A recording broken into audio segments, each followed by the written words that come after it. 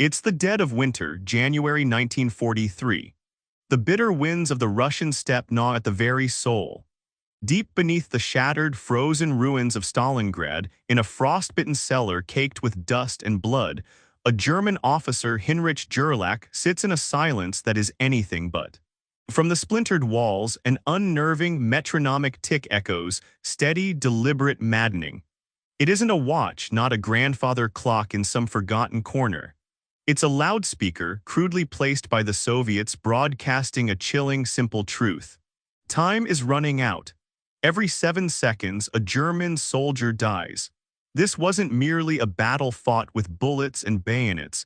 It was a campaign of psychological annihilation, a war waged on the very minds of men. But how, one must ask, did we arrive at such a desolate crossroads? What blind ambition, what colossal egos, what twisted sense of national pride led hundreds of thousands of men into this frozen death trap? Why did Adolf Hitler, the architect of this grand, tragic design, become so utterly obsessed with a city that, on the surface, held little strategic value? And what kind of war forces men to fight with shovels, with knives, with bare, frost-bitten hands in the ruins of a once vibrant city? This is not a dry recitation of dates and troop movements. No, this is a human descent into hell, a brutal saga of hunger, madness, and frostbitten desperation. It is the story of a city turned into a sprawling tomb, where every brick holds the echo of a scream. It is the tale of generals pushed to the very edge of sanity, their grand strategies collapsing into a chaotic fight for survival. And it is ultimately the harrowing account of an empire seemingly invincible that began to crumble, one shattered brick at a time, amidst the icy grip of the Volga. Let us now peel back the layers of this frozen nightmare. Let us go back to the very beginning, to unravel the myth of invincibility and step inside the agonizing reality of Stalingrad. Prepare yourselves, for the truth of what transpired there will chill you to the bone and leave you hungry for the next chapter of this unforgettable human tragedy. In the skeletal remains of what was once a bustling Soviet metropolis, winter had not merely arrived. It had sunk its icy, unyielding claws into every crack and crevice, claiming the very breath of the city. The streets, once alive with the clamor of industry and laughter, lay lifeless, choked by snow and debris. Buildings, once soaring testaments to human endeavor, were now hollowed husks, their windows like vacant eyes staring out at an apocalyptic landscape. And beneath it all, deep within a forgotten cellar, where the air itself seemed to hum with despair, sat Heinrich Gerlach. His gaze was hollow, his mind a fractured mosaic of fear and exhaustion, surrounded by the wreckage of both stone and sanity. It was the only sound that held true constancy in that infernal place.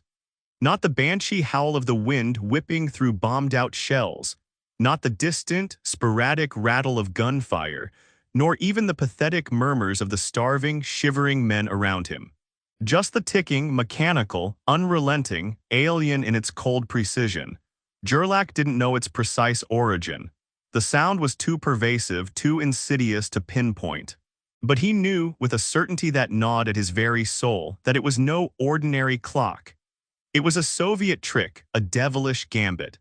Loudspeakers, cunningly placed among the rubble and debris, broadcast this simple, maddening rhythm into every frozen crevice of the German front line.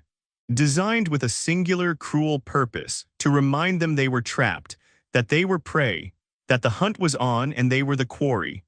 The sound itself wasn't violent, not in the way of a bomb's concussive blast or a bullet's swift passage. And that, in its horrifying subtlety, was precisely what made it so sinister. Because it didn't kill, it eroded. It gnawed at the edges of reason, thought by agonizing thought, second by relentless second, until the only thing louder than the ceaseless ticking was the primal, terror-stricken screaming inside your own head. Around Gerlach, his comrades, once proud soldiers of the Wehrmacht, were beginning to shatter. Their discipline, their training, their very humanity flaking away like ice from a frozen wall.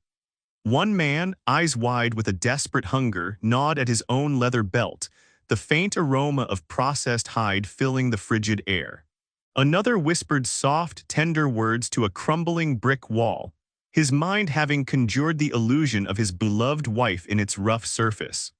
Some laughed, high and hysterical, their sanity unraveling like a frayed thread. Others sobbed, broken by a grief too profound for tears, but no one slept, not truly. Only a fitful, haunted half-sleep, punctuated by nightmares as vivid as reality. And then, every few minutes, just as the ticking had woven itself into the very fabric of their existence, it would cease. A different sound would fill the void, a voice, flat and cruel, delivered with the chilling precision of a death knell. Every 7 seconds, a German soldier dies in Stalingrad. Your Führer has abandoned you. Surrender now.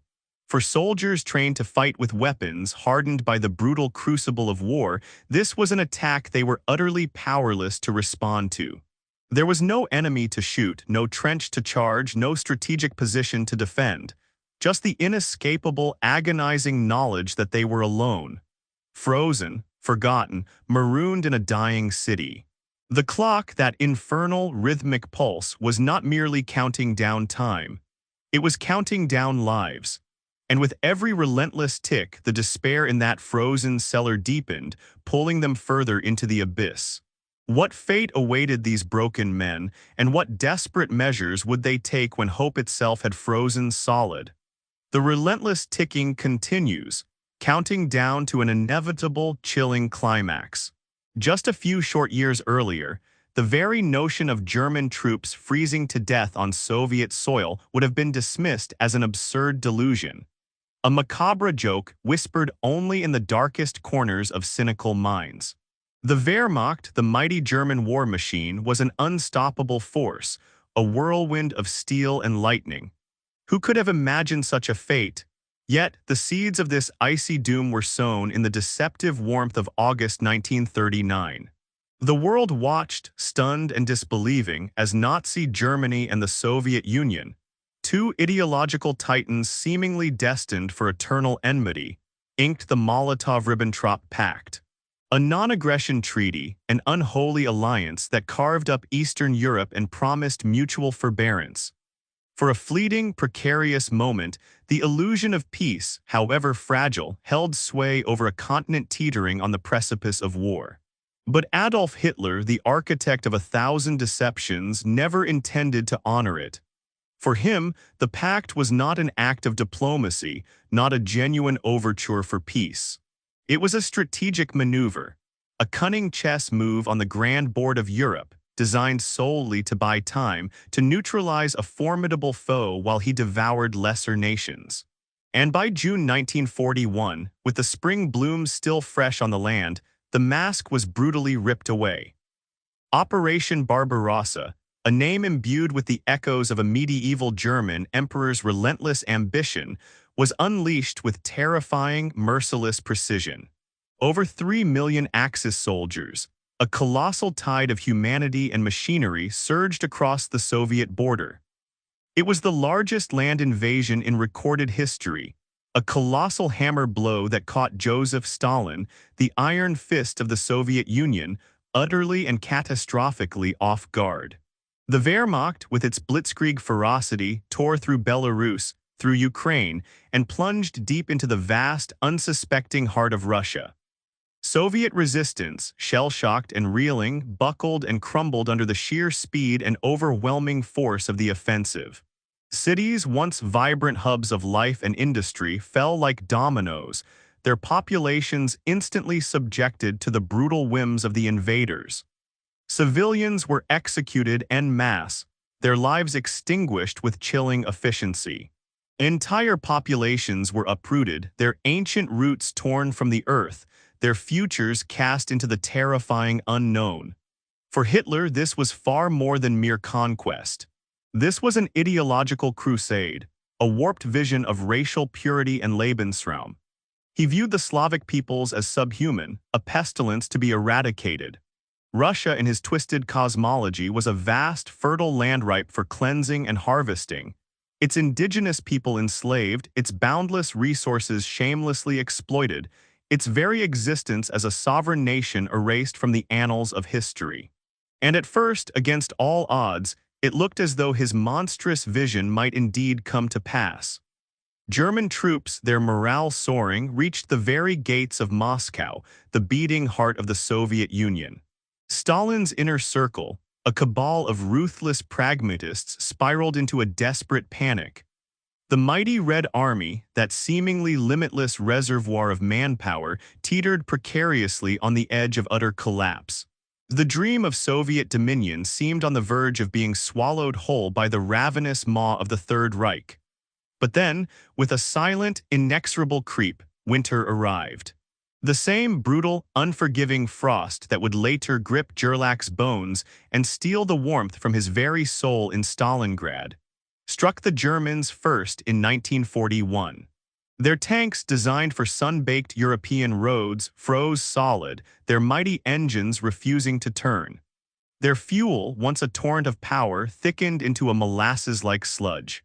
Their men, clad in thin, inadequate uniforms, shivered uncontrollably, unprepared for the soul-crushing intensity of the Russian cold. It was here, amidst the biting blizzards and the endless white expanse, that the myth of German invincibility cracked, a hairline fracture that would eventually splinter into 1,000 pieces. And Stalin, the man of steel, despite his initial shock, rallied with a grim, terrible resolve. The Soviet counteroffensive, launched with a desperate fury born of patriotic fervor and existential dread, pushed the Germans back from the very gates of Moscow. The dream of a swift, triumphant victory, a glorious blitzkrieg that would end in a conquered Russia, evaporated into the icy air. And so Hitler, his megalomania inflamed, his impatience boiling, shifted his focus. He lashed out, turning his gaze southward, seeking a different prize. If he couldn't seize Moscow, the political heart, then he would take something else. Something equally devastating, something symbolic, something deeply personal. He would take Stalingrad, a name that would forever be etched into the very soul of human suffering, a name that would draw millions to their deaths and forever alter the course of history. The stage was set for a nightmare beyond imagining. By the merciless grip of mid-1942, Adolf Hitler, the undisputed master of Europe, found himself snared in a deepening dilemma. The brutal, unyielding Russian winter, which had so nearly broken his armies the previous year, had once again stalled his grand advance. Moscow, the heart of the Soviet beast, remained defiantly unconquered. And his magnificent war machine, those vast, hungry columns of tanks and trucks that had swept across Europe with such devastating speed, was growing ravenous, its metallic maw aching for sustenance. It needed oil, desperately. On the meticulously detailed Nazi maps, the vast, shimmering fields of the Caucasus glistened like a promised land, an endless supply of black gold, of liquid lifeblood to feed the insatiable engines of the Wehrmacht.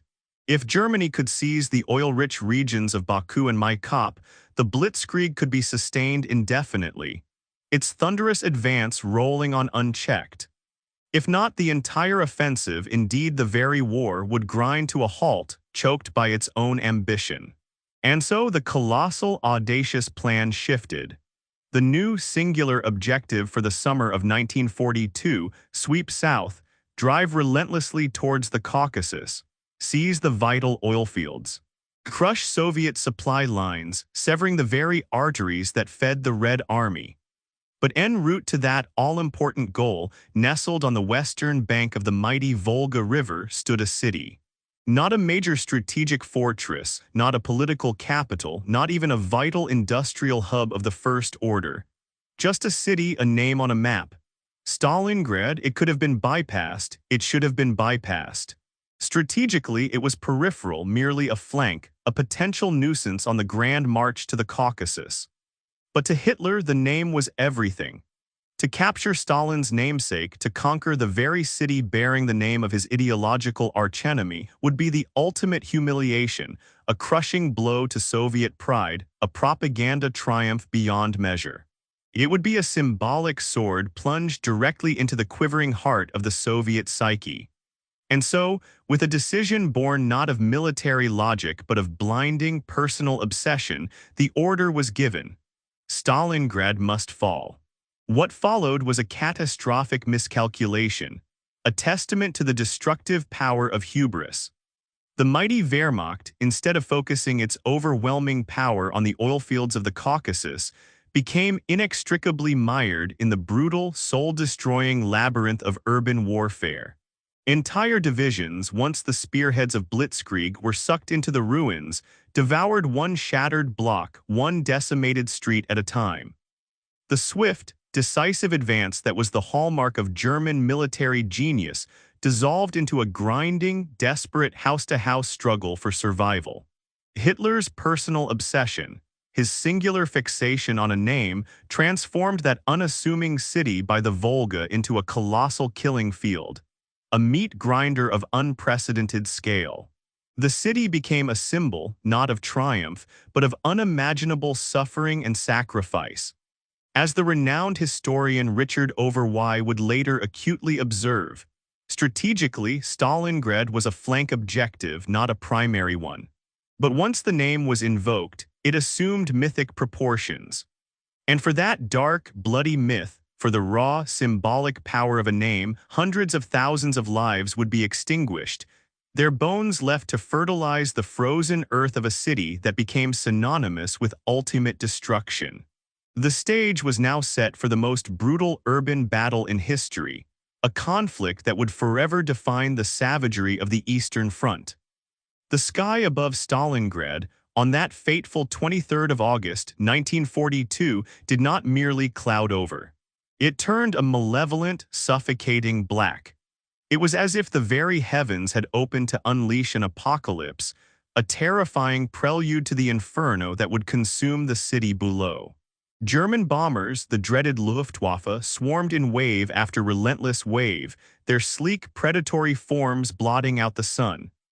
They did not discriminate, unleashing thousands upon thousands of tons of high explosives, not just on military positions, but on everything. Homes, hospitals, schools, the very fabric of civilian life was targeted with chilling, methodical precision. Fire, a voracious, living entity, erupted and engulfed the streets. Walls, once sturdy protectors, crumbled into dust and rubble. The air itself, a vital element of life, was violently sucked from lungs before the flames ever even reached the ground, a chilling precursor to the obliteration to come. The city, Stalingrad, burned like a colossal funeral pyre, its smoke curling upwards in a grotesque offering to the gods of war. And amidst this roaring inferno, trapped within its fiery embrace, were over 500,000 innocent civilians. Joseph Stalin, the unwavering, iron-willed leader of the Soviet Union, had, with a grim and terrible resolve, refused to evacuate them. He harbored a chilling belief that a living city, with its people still trapped within its burning shell, would inspire his soldiers to fight with a ferocity born of desperation and patriotism. And so, they remained, these men, women, and children caught between two titanic armies, an immovable force meeting an unstoppable object. Many, far too many, did not survive that first night of terror. Civilians caught in the maelstrom were crushed beneath collapsed ceilings, buried alive in their own homes. Some were violently thrown across rooms by the sheer concussive force of the shockwaves, their bodies becoming ragdolls in the merciless blast. Others simply vanished without a trace, reduced to mere ash in the raging firestorms that swept through the streets. Oxygen itself, the very breath of life, was devoured by the insatiable appetite of the bombs, suffocating people in the darkness before the searing flames ever had the chance to touch them. Maria Lemenskaya, a Soviet nurse who somehow survived the unimaginable, would later recall with a shudder, her words carrying the haunting echo of that terrible night. The city burned like a torch. The bombs sucked the oxygen from the air. We couldn't breathe. While bombs tore the very soul from the city, reducing it to a skeletal ruin, and civilians clung to life amidst the inferno with a desperate tenacity that defied comprehension. A new, formidable figure emerged from the smoke and dust. General Vasily Chuikov. His name, destined to be etched into the annals of brutal warfare, would become synonymous with the defense of Stalingrad. When he arrived to take command of the beleaguered Soviet 62nd Army, the situation was beyond dire. German forces, fueled by Hitler's relentless obsession, were pushing with terrifying intensity deeper and deeper into the city's shattered heart. Their artillery hammered Soviet positions without mercy, their aircraft screamed down from the smoke-choked skies, and their mechanized divisions, those powerful engines of the Blitzkrieg, outmatched the desperately clinging Soviet defenses at every single turn. The conventional wisdom of warfare dictated a retreat, a strategic withdrawal. But Chuikov wasn't interested in fighting by the book. He saw the impending doom not as a defeat, but as a twisted opportunity. To most generals, the utter destruction of Stalingrad, its transformation into a desolate wasteland of rubble and twisted metal, would have been an unmitigated strategic disaster, a commander's worst nightmare. Yet to Chuikov, with his piercing gaze and unconventional mind, it was the perfect battlefield.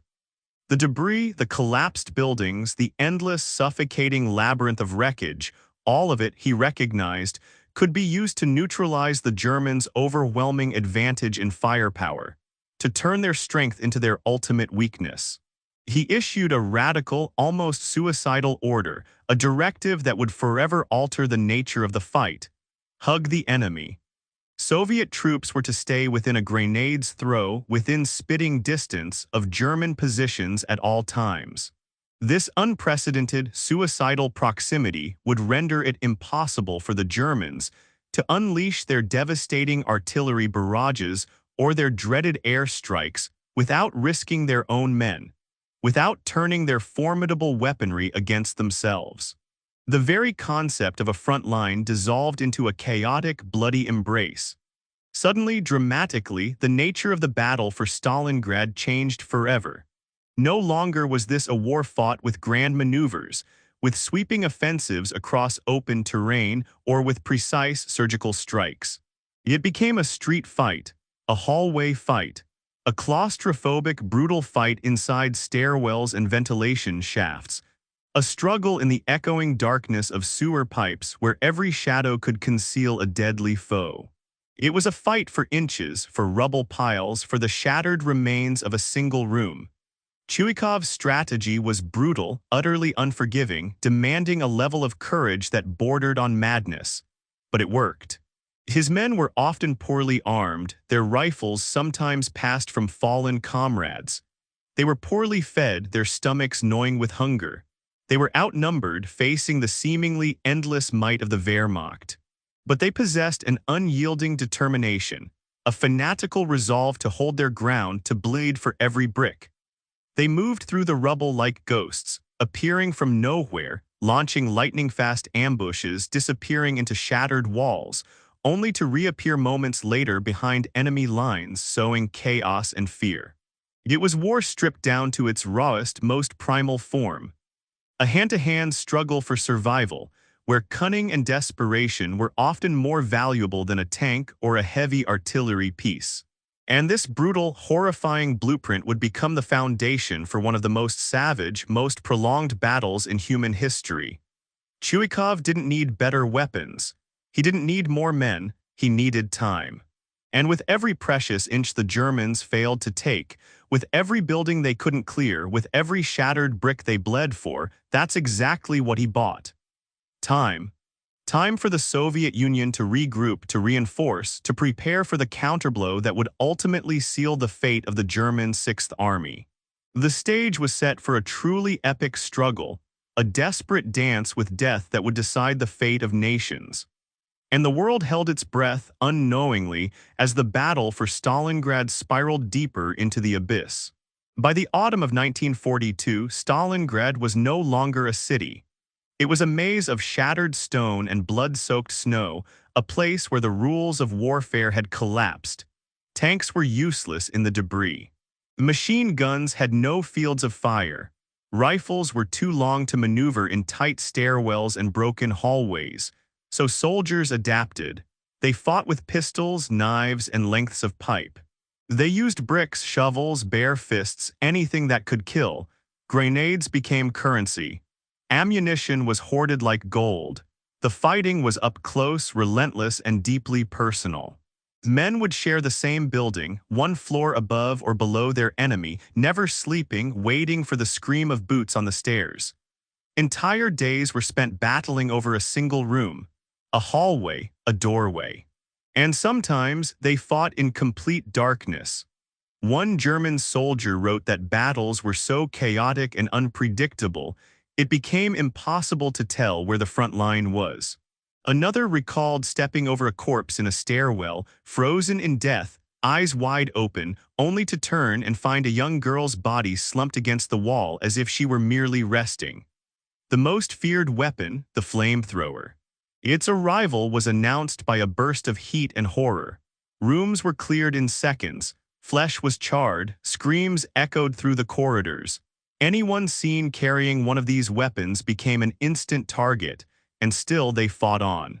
One of the most symbolic confrontations took place at Pavlov's house, a 4-story apartment building retaken by Soviet troops and held for 2 months against overwhelming German assault.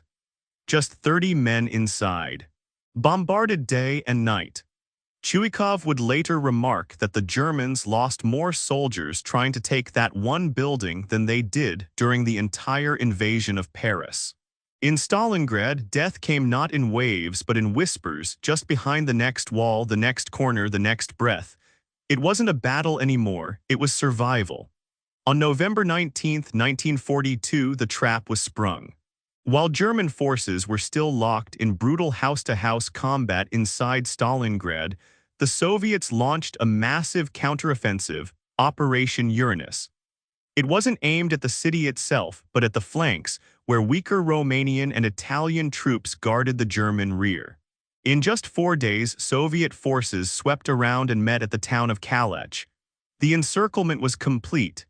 Nearly 250,000 Axis soldiers were trapped inside what would soon be known as the Kessel, the cauldron. At first, many believed help would come. General Paulus, the man leading the 6th Army, requested permission to retreat, but Hitler refused. He demanded they hold their ground. Reinforcements would come.